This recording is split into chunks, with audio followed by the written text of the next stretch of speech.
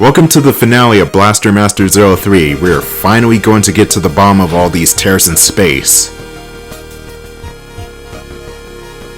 So Leibniz is actually a girl, and Steinus adopted Tessit. What's next? Is the universe gonna explode? No, it's not. Well, it might as well have. Don't worry, all of your questions will be answered soon. We just got a couple more screens left, so strap in and get blasting for a few more rooms.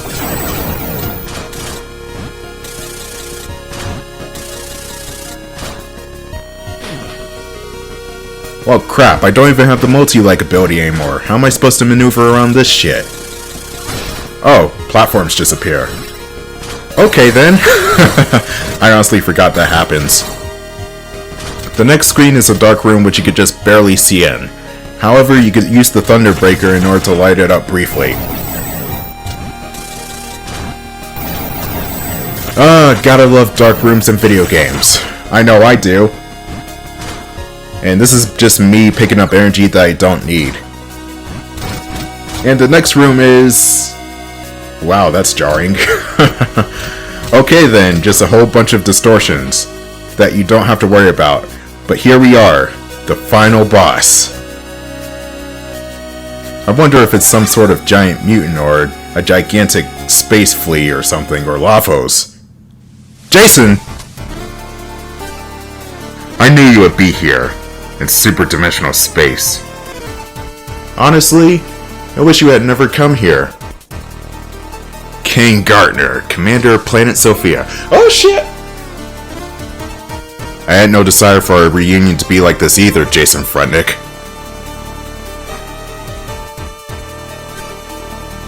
My helmet. So that's how you were able to enter super-dimensional space. I guess you repaired it after I left it behind. That means this is all my fault. I've had my suspicions ever since the day you tried to stop Eve, but... Look at you now. You're already...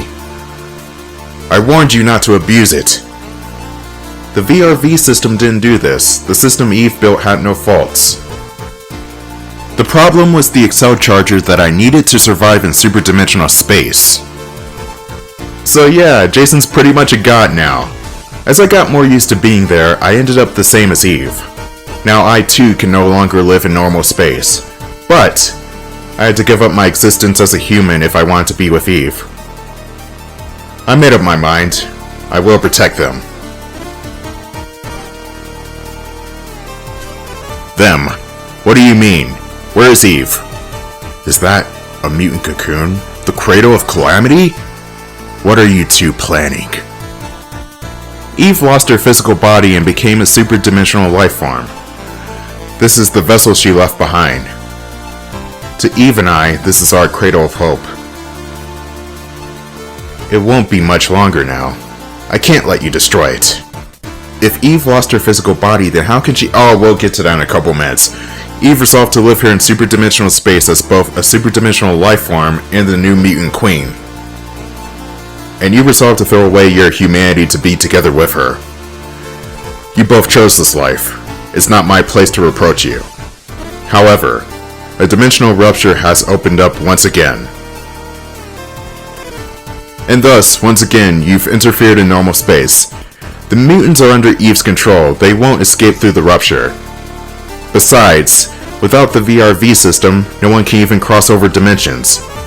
It simply exists. It has no effect on normal space. You should know better. Eve is only allowed to be free if she doesn't interfere with normal space. If she breaks that promise, Sophia won't sit back and do nothing. Sophia is striving to build a union, to maintain peace in the universe. Even your home planet Earth is considering joining the union. That sounds like some next level Star Trek shit, I'm not gonna lie. If evidence of your crime comes to light, it means trouble for Sophia. You may be right that it was a crime, but despite that, we had a dream. We had a dream we had to fulfill. Sounds kinda close to Martin Luther King Jr., but okay then. I'm not doing this as the commander of Sophia, but as Kane Gardner. Whatever it is you two are doing, I came to scold you as a father. But if that's not enough to stop you, I have received an order to destroy you and Eve. I'm sorry, but I have no intention of backing down now. Jason, my position gives me no choice but to recognize Eve and you, her accomplice, as enemies of Sophia. It is my duty to stop you and her. If you're so determined to go through with this, just try to get through me and my metal attacker. This is our meta fight. Come on, Blaster Master. And this is where things go off the rails. You can actually choose your final boss, which I wish more games would do. Last of Us 2. But you can actually choose between Kane the Meta Fighter or Jason the Blaster Master. The boss fight is piss easy as Jason. The boss fight with Kane is completely challenging. I think it's the hardest fight in the series. But the overall ending does not change, so you can pick whoever you like.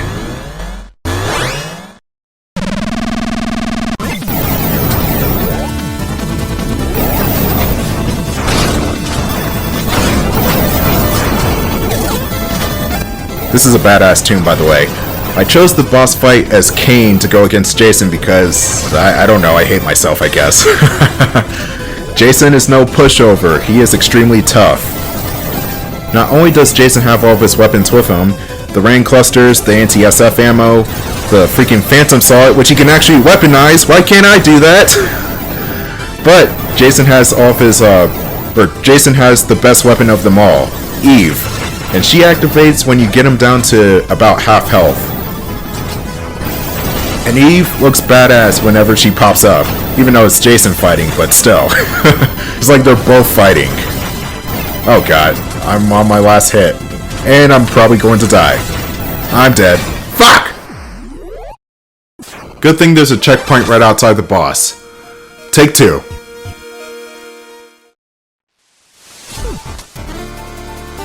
Yeah, Jason from the Cradle of Hope, I'm gonna shoot you in the face. Playing the boss fight as Jason will have you regain all of your weapons, as well as Eve helping you out during a pinch. But no, I gotta play as Kane because I at least want some difficulty.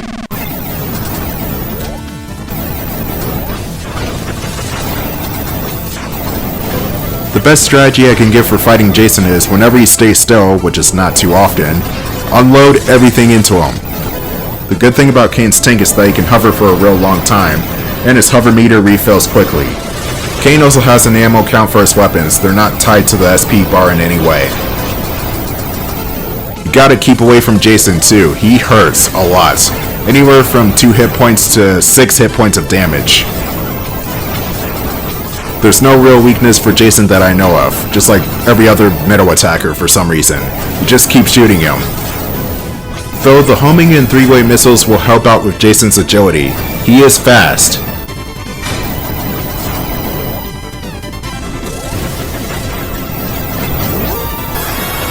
There she is, happily married as evident by the wedding ring on the outstretched hand.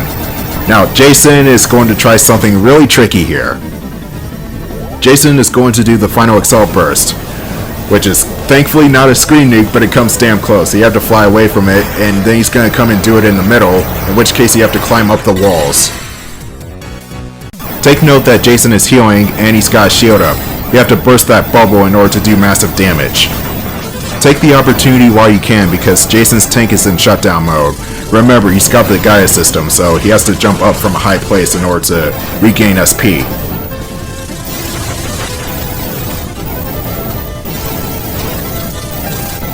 Yeah, this is the true final boss of the game. He is the hardest boss in the whole entire series. I think I said this before, but he truly is. Jason is no joke. Gah! Kane! What's wrong, Jason? My metal attacker is still going strong. I'm not done yet. I'll protect our Cradle of Hope. I'll protect them to the end!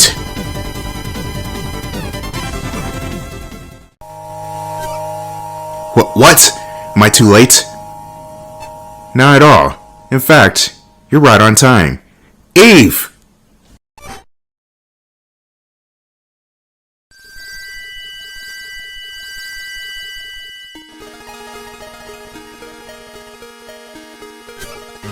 Jason, thank you for protecting us. Sorry it took so long. No problem, Eve. Protecting you is my reason for living. Alright, let's meet them. Oh, the E10 rating, you're killing me, because look at this! Come here, Elfie, Roddy. Are those children? Twins?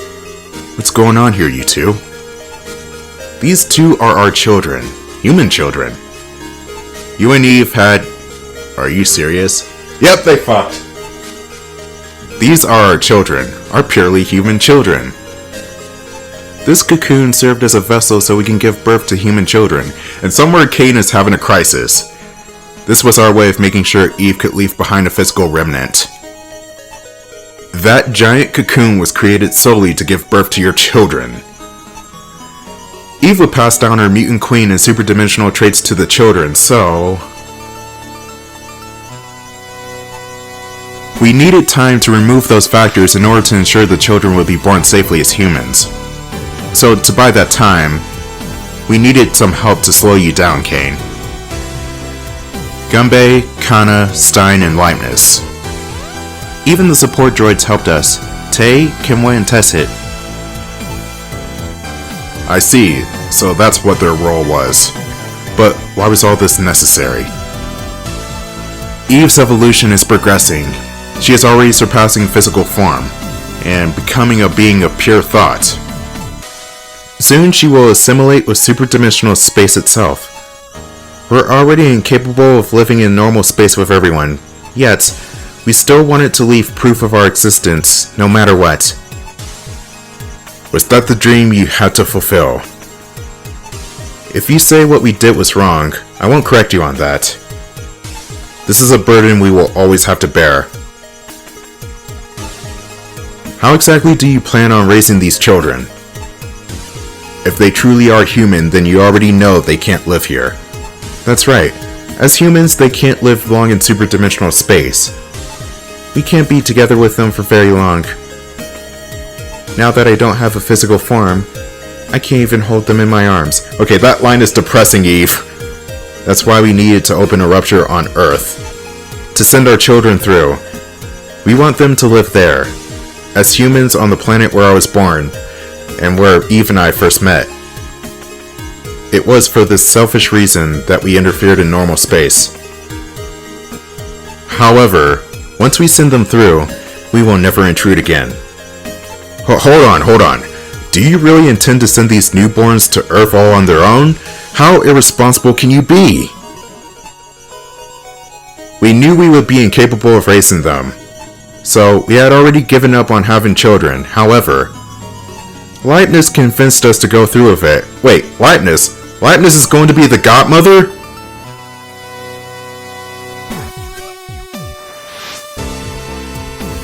I can't believe you were going to let mere dimensions get in the way of starting a family after you gave up your humanity.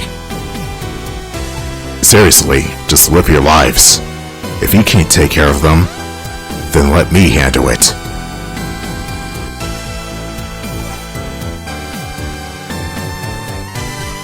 That's why we're entrusting our precious children to Leibniz. Okay, Jason, you're kind of an idiot for that. He even brought the other MA pilots together to help slow you down. That's why he was using Rising Garuda as the last line of defense, huh? I see. This was all Leibniz's plan. No wonder he fought so hard. Even now, there are rampaging mutants out there who refuse Eve's will. The divergent lifeforms, known as lightning beings. We have to do everything in our power to stop them. We can't watch over our children, but we can protect the world and universe in which they live. We will protect it, at all costs. The existence of those children is proof of your determination, huh? Allow me to say one more thing, as a parent myself. They will be lonely, without a doubt. I understand that better than anyone. Even so, Ava taught me something. Ava did? A family's hearts are still connected, even when they're apart, and thus, they'll never be truly alone. She told me that even if you, her parents, weren't with her, she'd still be okay. However, if these children are ever in danger, we will go to them, without fail. Please, forgive us for this, Dad.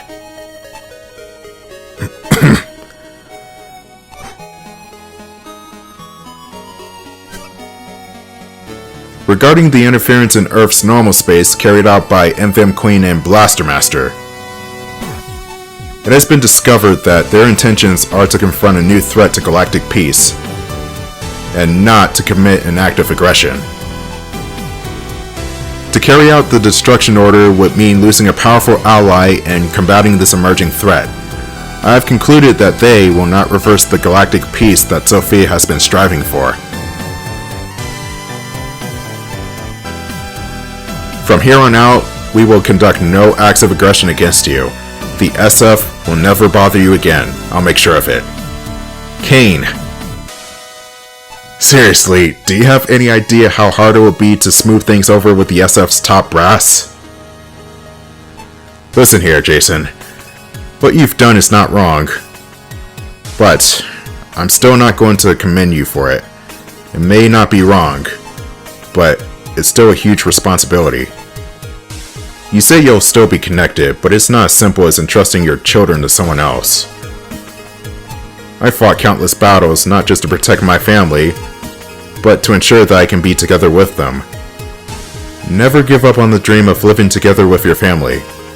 You must bear that responsibility, understood? Yes, sir. Eve. When Jennifer and I sent you off into space along with Sophia the Third, you never gave thought to the cruel fate you had come to face. For that, I'm sorry. Even though you never wished to be in these circumstances, that you're still happily fighting for your dreams makes me so proud. Dad, thank you. After all this, we have your determination to thank for reversing our destiny and securing peace. And I have you to thank for the power to protect those important to me, as well as finally finding an irreplaceable family. I'm so glad I met you. Thank you, Kane Gardner. Alright. Don't you two have a future to entrust in a universe to save? Godspeed, Blaster Master.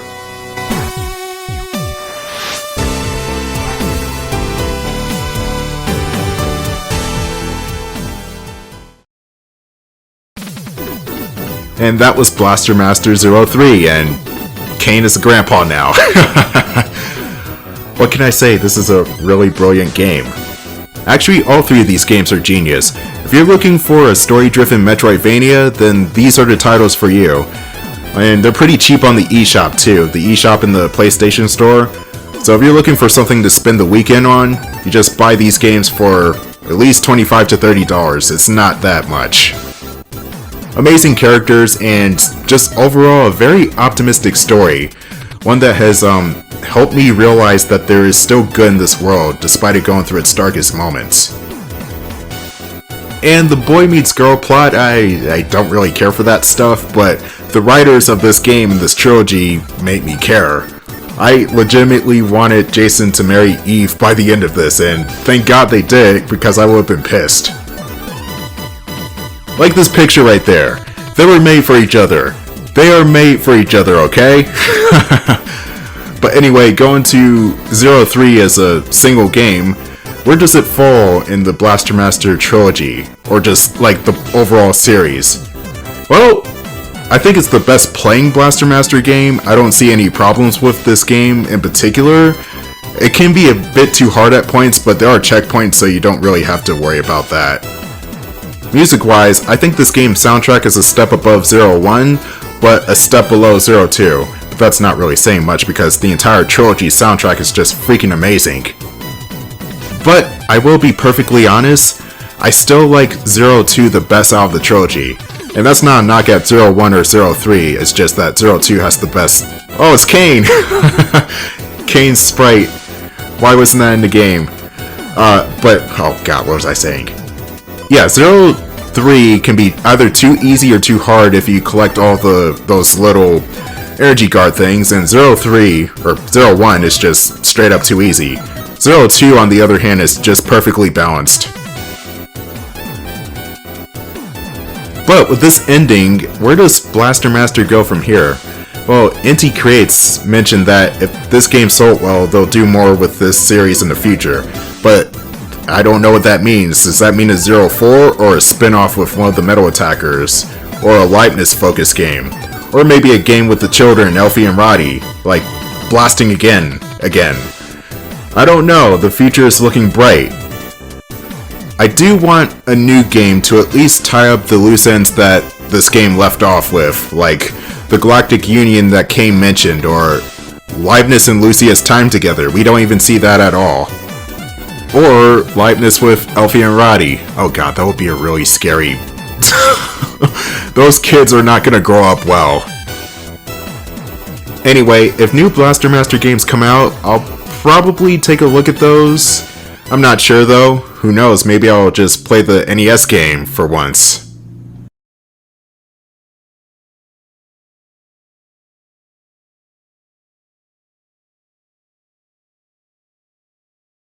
Are you a clone? No? Okay, hug me. Roddy, Elfie, I hope you both grow up happy and healthy on Earth. Leibniz will watch over them and make sure of that. It'll be okay. He said that if we never come back, he'll just tell them we're dead. Well, in the original, you were actually dead, so this is the best case scenario. I'm glad he's taking care of them and all, but still. Oh, he said the same thing to me. That definitely checks out. I'm not sure if that's the best thing for their well-being. Well, okay, maybe you're not such an idiot, Jason. Fred's got it right. As long as we're still alive, it'll be fine. We'll do whatever it takes to return to Earth someday. Yeah, you're right. We'll return to Earth and live together as a family. I have so many things I want to tell them. Okay, I guess it's time. Let's go, Sophia J1! And they ride off into the sunset with an even more badass tank than usual, like a true husband and wife would, looking for their next meta fight. And yeah, that's the end of the series. Very bittersweet, but it's also very hopeful at the same time. I do have a couple of extra videos in the works, but I'm not sure if I'm going to post those anytime soon. Give it like a month or two, maybe. But anyway, my name is Don, and this has been Blaster Master Trilogy. See you soon.